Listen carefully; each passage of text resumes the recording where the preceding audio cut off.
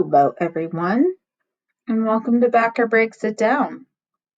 In this episode, we are actually not just going to focus on the short-run behavior. We're going to talk about all behavior of rational functions, okay?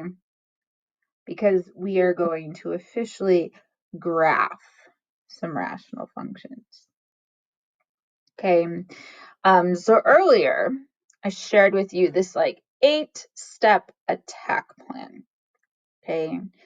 And because you want to think about all of these things when you go to sketch the graph of a rational function. So we want to find the horizontal asymptote. We're going to compare the degrees of the numerator and the denominator. And if the numerator is less, then our horizontal asymptote is at y equals 0. And if the numerator equals the denominator, then our horizontal asymptote is y equals the ratio of those leading terms. Next thing we're going to do is find the y-intercept. Remember, we find the y-intercept of every function by plugging in 0 for x and calculating. At that point in time, it's safe enough to factor. So factor the numerator, factor the denominator, pause and identify the domain.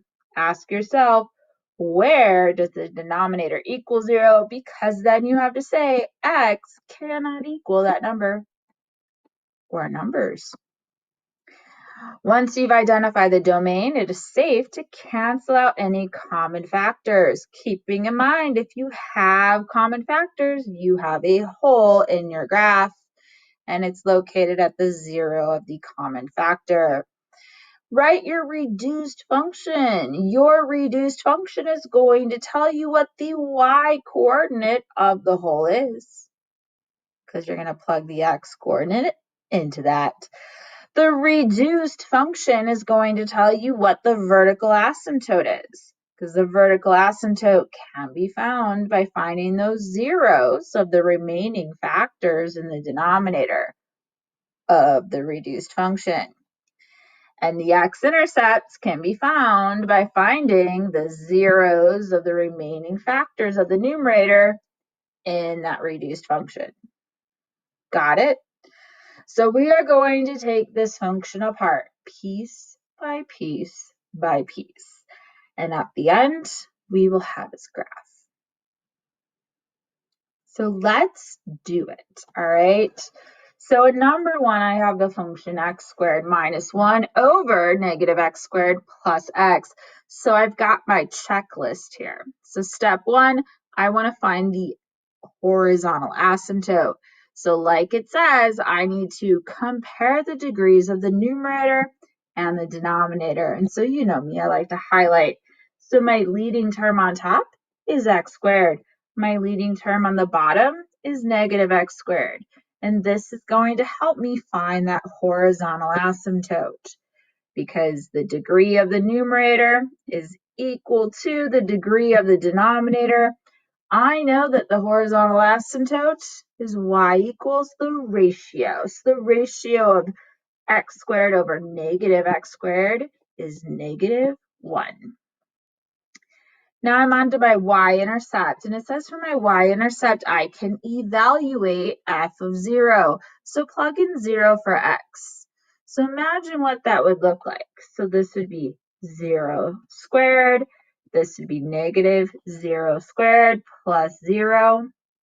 So if we do that, we end up with negative 1 over 0. And that is undefined. Put it into your calculator. You're going to get an error message. So what that means for this particular problem is that the y-intercept does not exist. Okay, so that means our function is never going to be crossing the y-axis. How about that? So I bet you're wondering what is going to happen there, huh? I don't know. Let's see what happens. All right, so on to step 3. We are ready to factor the numerator and the denominator. So in the numerator, that is a difference of 2 squares, right? So I can factor it as x plus 1 and x minus 1. In the denominator, I can take out a common factor of negative x, and then what's left over is x minus 1. So that's step 3. Step 4, identify the domain. So we need to ask ourselves, where is the denominator equal to 0? And our denominator has 2 parts to it. We've got negative x and we've got x minus 1. So I'm thinking in my head, where does negative x equal 0? And let's face it, it equals 0 at 0. So I'm going to say that x cannot equal 0. Okay, and then x minus 1, I'm thinking, where does that equal 0? And that equals 0 when x is equal to 1. So that means x can't equal 1.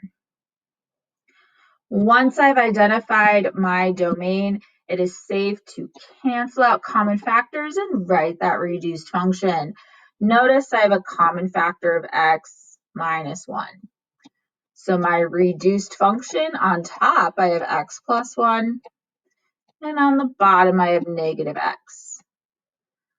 But that common factor tells me that I have a whole, and the x coordinate of the whole is the 0 of the common factor.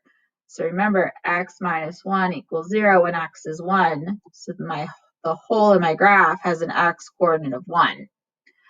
The y coordinate of the whole is found by plugging the whole's x coordinate into the reduced function. So x plus 1 over negative x. So I'm running out of room. I'm going to do this at the bottom of the screen, all right? So for x, I'm plugging in 1. So that means I have 1 plus 1 on top, and on the bottom I have negative 1. So we're talking 2 divided by negative 1, which is negative 2. So the whole in this graph is at 1, negative 2. The vertical asymptote comes from the zeros of the remaining factors in the denominator. So notice my denominator still has negative x. And remember, negative x equals 0 when x is equal to 0. So I've already actually thought about that. So there's a vertical asymptote at x equals 0. And then my x-intercepts comes from the zeros of the remaining factors in the numerator. So what we're talking about with that is the x plus 1. So the x plus 1, if I do the math, and I can do this in my head, if I'm like, oh, x plus 1 equals 0, where does that happen? That happens when x is negative 1. So that's going to be my x-intercept. It's going to be at negative 1. Okay. So I have now that's messy. I have now identified all the little pieces of my function. The asymptotes, the intercepts, the whole, I know where everything is at. So let me just clean some of this up so we can see the magic, right? So I like to use a highlighter for my asymptotes. So remember, I've got a horizontal asymptote at y equals negative 1. And then I have a vertical asymptote at x equals 0. Okay. And then I'm going to plot any intercepts and wholes that are on this graph. So I don't have any y-intercepts. There is a hole at 1, negative 2. So right here, see, there's a hole. And then there's an x-intercept at negative 1. So I know this doesn't really seem enough to go by, but remember the most basic of all rational functions looks like this. So this curve is going through the x-axis at negative 1, and this one's going through that hole. Okay, and that's my function. That's all you have to do. Yeah, I know, that's all you have to do. But really, once you get the hang of it, it's going to go by really quickly. Okay, you just have to go through those 8 steps. Okay, so we're doing the comparison test for the horizontal asymptote, right? So I need to identify the leading term on top. That's supposed to be a highlighter. So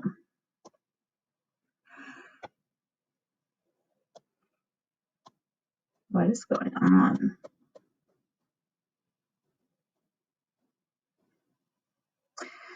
Yeah, yeah, I guess it's getting to be kind of late. All right, so on top I have 3x squared, and on the bottom I have x squared, right?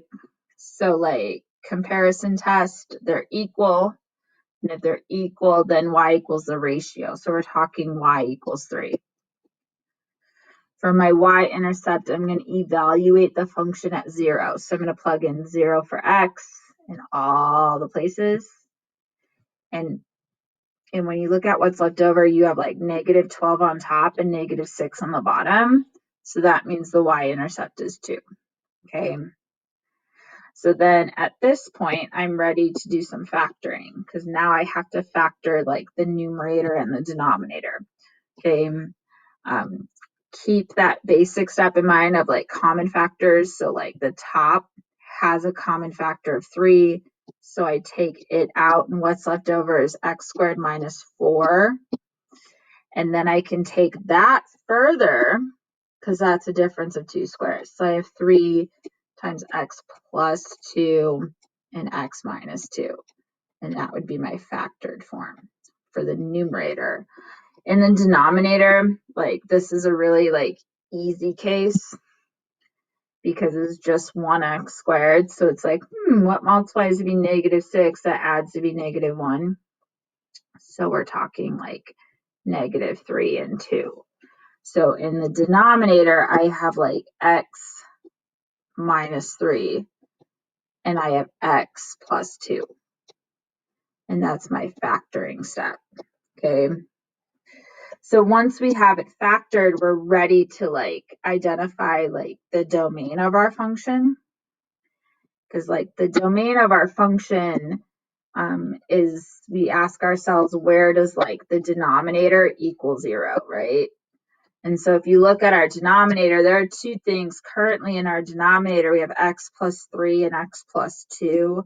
And you should be able to easily identify where they equal 0. So like x plus 3 equals 0 when x is positive 3. So x can't equal positive 3. And x plus 2 equals 0 when x is negative 2. Okay. Cancel out any common factors. So I have a common factor of x plus 2 on top and on the bottom.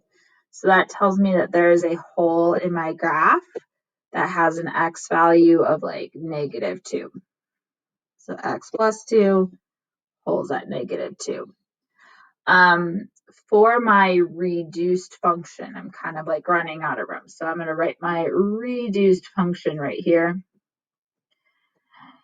And so on top, I still have 3 and x minus 2. And then on the bottom, I have x minus 3. Okay. And the reduced function is what I used for the rest of the problem.